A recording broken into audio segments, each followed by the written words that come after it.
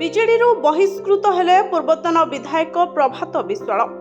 ବିଶୃଙ୍ଖଳା ଓ ଦଳ ବିରୋଧୀ କାର୍ଯ୍ୟ ପାଇଁ ତାଙ୍କୁ ଶନିବାର ସନ୍ଧ୍ୟାରେ ଦଳରୁ ବିଦା କରାଯାଇଛି।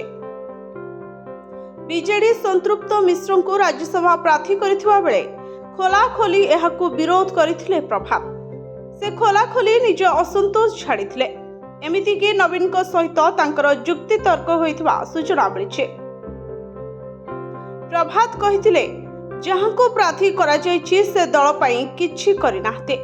4000 କୋଟି ଯିଏ ନେଇଯାଇଛି ତାକୁ ଦିଆଗଲା ଟିକେଟ। ଦଳ ମୋର ବହୁତ କ୍ଷତି କରିଛି, ମୁଁ କିନ୍ତୁ ଦଳର କ୍ଷତି କରିନାହିଁ। ପାଣ୍ଡିଆନ ଓ ସୁଜାତା ଦଳ ପାଇଁ କରିଛନ୍ତି।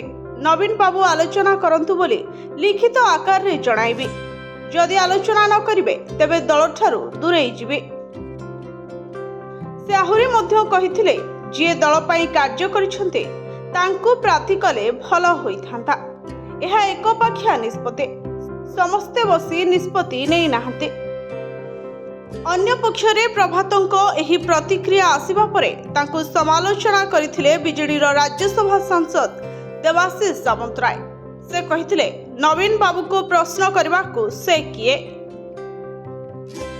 ଡକ୍ଟର ଦତେଶ୍ୱର ହୋତା 4 ଥର ପ୍ରାର୍ଥୀ, ଏହା ଏକ ମାଷ୍ଟର ଷ୍ଟ୍ରୋକ୍।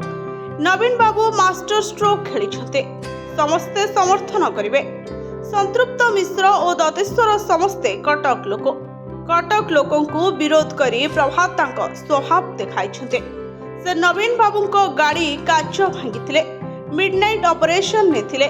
ଏସବୁ ସତ୍ତ୍ୱେ ନବୀନ ବାବୁ ତାଙ୍କ ପୁଅକୁ 2 ଥର ଟିକେଟ ଦେଇଛନ୍ତି। ତେଣୁ ମୋ ମତରେ ସେ ଜଣେ ଅକୃତଜ୍ଞ ଲୋକ। କିନ୍ତୁ ପ୍ରଭାତ ପାଲଟା ଜବାବ ରଖିଛନ୍ତି। ବିଜେଡି ଫଣ୍ଡ ସ୍କାମ ଆଡ଼କୁ ଇସାରା କରିଛନ୍ତି ପ୍ରଭାତ। କହିଛନ୍ତି, ବିଜେଡି ପାଇଁ ବହୁ ପରିଶ୍ରମ ହୋଇଛି। ବିଜେଡିର ଆକାଉଣ୍ଟ ବାହାର ରାଜ୍ୟରେ ଖୋଲିବା ଗ୍ରହଣୀୟ ନୁହେଁ। ପାର୍ଟିର ଅଜାଣତରେ ବାହାର ରାଜ୍ୟରେ ଖୋଲିଲେ ବରଦାସ୍ତ କରାଯିବନି। ସେଥିପାଇଁ ମୁଁ ରିଆକ୍ଟ କରିଛି। ମୋତେ ଯେଉଁମାନେ ବହିଷ୍କାର କରିଛନ୍ତି ସେମାନେ ରାତି ଅନିଦ୍ରା ହୋଇନାହାନ୍ତି। ମୁଁ ରାତି ଅନିଦ୍ରା ହୋଇ କଷ୍ଟ ପାଇଥିବାରୁ ନବୀନ ନିବାସ ଯାଇଥିଲି। ବିଜୁ ଜନତା ଦଳର 188 କୋଟି ଟଙ୍କା ଅଛି। ସେମାନେ ଦସ୍ତଖତ କରି ପ୍ରାର୍ଥୀ ହେବା କିପରି ସମ୍ଭବ? ସମୟ ଆସିଗଲା, ସତ୍ୟ ପ୍ରକାଶିତ ହେବ। ଯେଉଁ 800 କୋଟି ଟଙ୍କା ଅଛି, କର୍ମୀ ଭାବେ ଆମର ଭାଗ ରହିଛି। ମୋ ରାଜନୈତିକ କ୍ୟାରିୟରକୁ ବିଜେଡି ବହୁ କ୍ଷତି କରିଛି। ଆଗକୁ ଆହୁରି ଅନେକ ସତ ସାମ୍ନାକୁ ଆଣିବି ବୋଲି ସେ ଚେତାବନୀ ମଧ୍ୟ ଦେଇଛନ୍ତି। Bureau report, Odisha first.